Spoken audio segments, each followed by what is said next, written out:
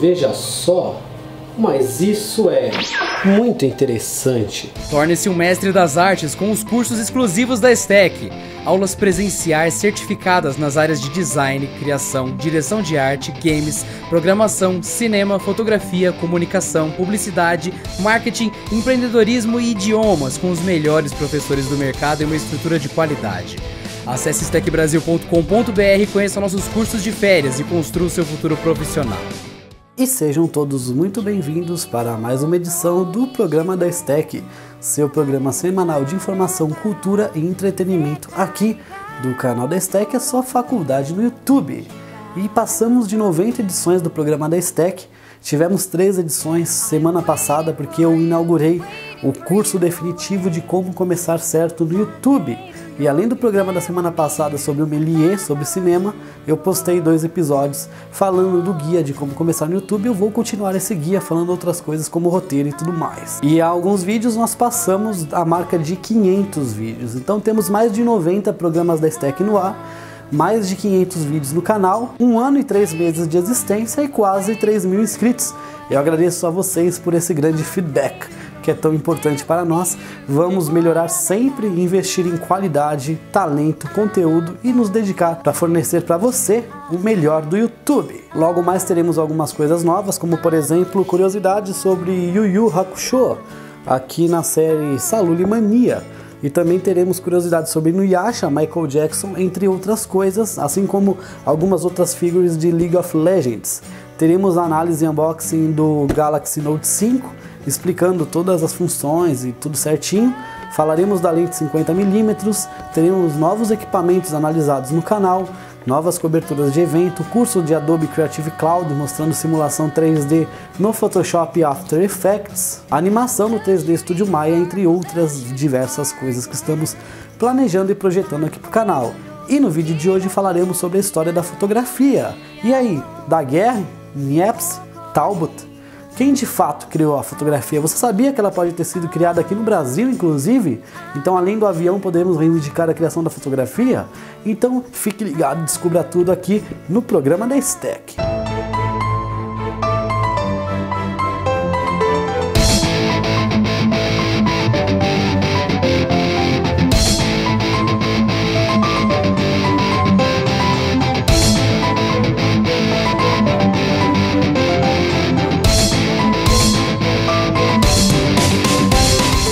A fotografia ela é estudada desde a antiguidade, com o fenômeno da caixa preta, embora a sua popularidade só tenha chegado no século XIX. O princípio da caixa preta é muito simples. Você tem desde uma sala fechada, um grande ambiente, ou uma caixa pequena, totalmente escura com um furinho, com um orifício. Os raios de luz entrarão de forma cruzada por esse orifício e projetarão dentro da caixa, dentro da sala, o que está externo, porém de ponta cabeça, ao contrário, nesse fenômeno óptico. Então esse é o processo da caixa preta, da caixa negra, da caixa escura, que é estudado desde a antiguidade e é o principal mecanismo, a principal teoria que compõe a fotografia. Há séculos tem-se conhecimento desse processo, desse fenômeno da câmara escura.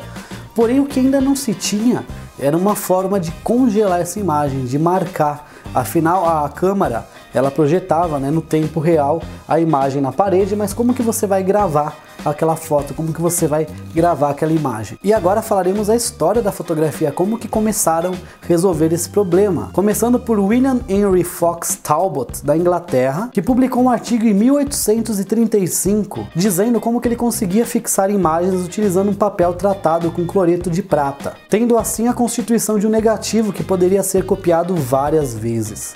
Porém, quase na mesma época, temos o Louis Daguerre, francês, que publicou e anunciou seu método em 1839, 4 anos depois do Talbot. Porém, em Daguerre, as fotos eram capturadas em uma chapa bem fina de cobre com sais de prata, que era exposta ao vapor de mercúrio que fixava a imagem, então nessa chapa de cobre com esse revestimento de sal de prata. Ao contrário da imagem de Talbot, a de Daguerre já era positiva, não era o negativo, porém ela não poderia ser copiada, mas ela tinha uma imagem, uma qualidade de imagem muito superior à de Talbot. E esse método ele foi usado então como base e utilizado, estudado, aperfeiçoado por várias décadas. o método do Daguerre por meio do que a gente chama dos daguerreótipos. Porém, Daguerre ele estava aperfeiçoando as técnicas e os métodos de um colega dele, o Joseph Nicéphore Niepce, que foi um inventor francês responsável por uma das primeiras fotografias. Porém, ele começou os experimentos em 1793, muito tempo antes dos daguerreótipos e de Talbot. Porém, o problema de Niepce, Joseph Nicéphore Niepce, é que as imagens dele desapareciam muito rapidamente, elas não fixavam com exatidão. Só em 1824 Niepce conseguiu imagens que demoravam mais para desaparecer. Em 1826 ele conseguiu tirar uma foto que perduraria de uma forma mais permanente. Porém, esse processo dele, que era chamado de heliografia, demorava 8 horas para captar a imagem. Antigamente você precisava de muita exposição, né, para as fotos serem geradas. Por isso que fotos antigas os olhos são borrados, porque a pessoa ela fica parada, mas ela mexe os olhos, ela não fica 30 minutos congelada. Então os olhos vão borrando porque a luz ela vai queimando, né, o material fotossensível. E é daí que vem essas teorias de que em filmes assombrados os quadros seguem com os olhos. É com base nisso. Por isso que foto antiga as pessoas são sérias, sempre com uma postura ereta e uma coisa meio amedrontadora, porque os olhos eles são meio borrados, fica aquela coisa meio branca, parece que ela está possuída. E por isso que então os olhos dos quadros dos filmes de terror seguem as pessoas, porque realmente os olhos das fotos eram em constante movimento. Porém, em 1833, por meio de um método diferente desses, a fotografia pôde ser criada no Brasil. Então a gente pode tentar reivindicar a criação da foto, embora quem tenha feito esse processo aqui no Brasil tenha sido um francês, o Antoine Hercule Florence. Ele viveu no Brasil por muito tempo e chegou a fazer diversos experimentos para gerar foto, inclusive utilizando urina. Porém, ele desenvolveu uma chapa de vidro que era tratada quimicamente, e essa chapa poderia depois passar a foto para o papel, decalcar. Lembrando que até antes tiveram uma das primeiras fotos que eram feitas no concreto, no asfalto. Era tipo uma caixa escura e tinha lá um asfalto molhado e só onde a luz batia endurecia. Depois raspava assim em volta, pintava de tinta e carimbava. Então foi um carimbo gigante que foi também um dos precursores da foto, porém muito tempo antes. Porém, por muitos anos, essa descoberta do Antoine ela foi ignorada pela história. O historiador Boris Kossoy, que não tem nada a ver com o Boris Casoy, da USP, a Universidade de São Paulo, ele publicou um livro que chama 1833, a descoberta isolada da fotografia no Brasil. E aí ele revela essa grande descoberta, que a foto pôde ser criada aqui no Brasil. O Antoine ele trabalhava há muito tempo no sistema de impressão, por isso ele criou esse sistema de imprimir as imagens, podendo assim copiá-las, segundo o Boris. Voltando à outra versão da foto de Daguerre, na época dos daguerreótipos levava-se 30 minutos para tirar uma foto. Então imagina você ter que ficar estático, parado por 30 minutos até a foto ser tirada. Porém, Frederick Scott Archer, um escultor inglês, em 1851 descobre o processo de revelação em chapa úmida, que recebia o nome de colloide. Essas chapas de vidro no negativo tinham uma qualidade muito superior ao daguerreótipo, que já tinha uma qualidade muito superior à do Talbot.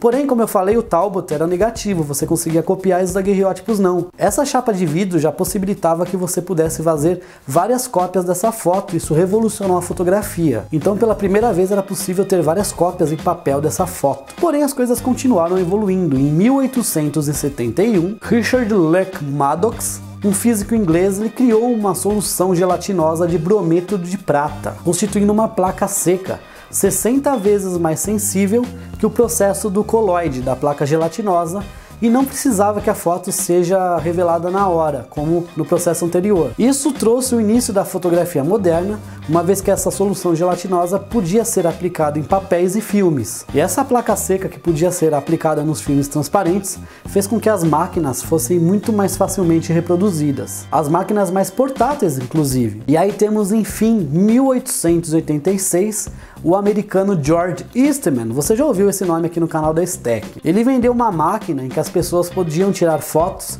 utilizando os rolos de filme e elas não precisavam mexer com revelação, poderiam mandar para revelar. E com isso a fotografia tornou-se muito popular, porque as pessoas poderiam de forma fácil e acessível tirar fotos. Tanto é que o slogan da empresa do George Eastman era: você aperta o botão e nós fazemos o resto. E é lógico que a empresa dele, eu tô falando da Kodak. E eu já falei que o nome Kodak é uma onomatopeia do barulho do disparo, né? Por exemplo, você vai tirar uma foto e faz Kodak, porque o diafragma era aberto para o filme fotossensível ser exposto à luz e depois era fechado. Então esse processo de abrir e fechar fazia o barulho Kodak, que era o clique da foto. Porém até então as fotos ainda eram tiradas em preto e branco. Aí em 1908 temos Auguste e Louis Lumière, os irmãos franceses que não sabem brincar. Além de ter criado o cinema, ainda criaram o processo da fotografia colorida, denominado autochrome. E para executar esse processo eram sobrepostas 3 chapas transparentes. E cada uma delas registrava apenas uma cor primária por meio do uso dos filtros. O vermelho, o amarelo e o azul. E no processo final, a combinação dos 3, você tinha então a imagem colorida. E aí o tempo passa e chegamos enfim em 1947 com uma outra figura muito conhecida e popular, Edwin Land, americano, que desenvolveu um filme instantâneo, que a foto é revelada na hora em que ela é tirada, então você não precisa nem mandar revelar ou esperar. Bateu a foto, ela já sai. Em 1963 ele consegue apresentar esse processo em cores. E ele e sua empresa venderam milhares de câmeras instantâneas, faturando milhões. Aí você deve se perguntar, nossa, câmera instantânea, tipo, você bate a foto, ela já sai? Lembra a Polaroid, né? Exatamente, essa empresa dele, a Polaroid. A Polaroid Corporation. E Polaroid é o nome de um tipo plástico responsável por polarizar a luz. Então, daí que vem o nome Polaroid, que foi registrado esse tipo plástico em 1929. É dessa data que se tem então a patente desse tipo de material polarizador. Polarizadores são como fendas que permitem que as luzes passem somente por um plano. Eu vou falar mais disso aqui no canal da STEC em aulas futuras. É um conceito muito importante no estudo da isomeria óptica, que é a luz polarizada. Só para você entender, a luz branca do Sol e as luzes de lâmpadas, elas não são polarizadas, porque de modo geral, quando ela é emitida, os raios propagam em todos os planos. Isso acontece porque a luz branca é composta por ondas eletromagnéticas que vibram em todos os planos, infinitos planos perpendiculares à direção de propagação dessa luz. Sendo assim, essa luz natural é denominada de policromática, como no esquema que eu estou mostrando aqui para vocês. E a partir disso, a foto não mudou muito a partir da Polaroid, até que chegou 1986 e temos a revolução das câmeras digitais pela Kodak. Novamente, então, a Kodak entra em cena. Embora ela tenha criado essa tecnologia de câmera digital, sendo que ela era líder nos filmes, porém ela não investiu, ela não acreditou muito na tecnologia e a própria tecnologia que a Kodak criou destruiu ela por ela não acreditar no potencial. É tipo o lance do PlayStation, que era para ser uma parceria da Sony com a Nintendo no videogame de CD, mas a Nintendo descartou a ideia e hoje o PlayStation pegou grande parte do mercado da Nintendo. Em 1986, a Kodak criou um sensor eletrônico que substituiria o filme nas câmeras digitais, podendo registrar mais de 1 milhão de pontos de luz. Isso foi um grande boom dos anos 90 das câmeras digitais. Porém, a Polaroid não seguiu essa linha, essa tendência. E aí nós vemos a evolução das fotografias, desde as câmaras escuras, né, com um pontinho lá tudo isolado, não pode deixar entrar nenhum feixe de luz além daquele pontinho, senão não dá certo. Você pode fazer uma câmera escura em casa, com uma caixa de sapatos, por exemplo, vedando ela bem e colocando um pontinho. Porém, é interessante que no orifício da câmera escura se coloque uma lente convexa, que é diferente da côncava, então ela é oposta.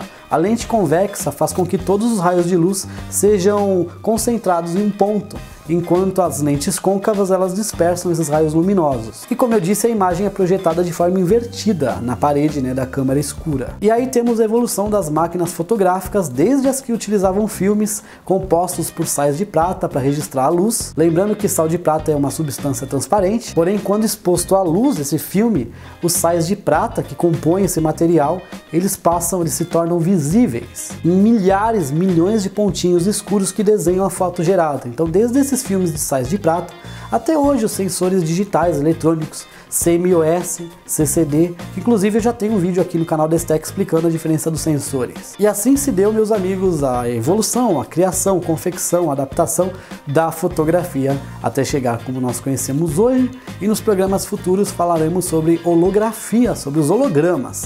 Então é isso aí, espero que esse vídeo tenha sido útil, que vocês tenham gostado. A gente pede, como sempre, aquela ajuda e contribuição ao canal, deixando seu like, curtindo o vídeo, nos seguindo, compartilhando, interagindo nas redes sociais. Afinal, sua participação é extremamente importante para nós. Qualquer dúvida, deixe nos comentários que responderemos a todos. Então é isso aí, muito obrigado a todos por tudo, até a próxima e eu fui!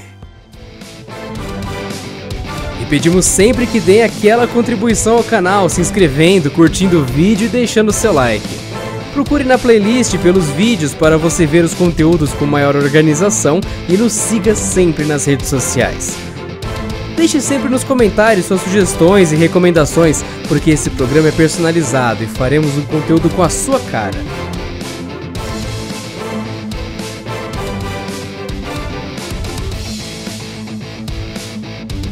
Canal Destec, o canal mais diversificado da internet.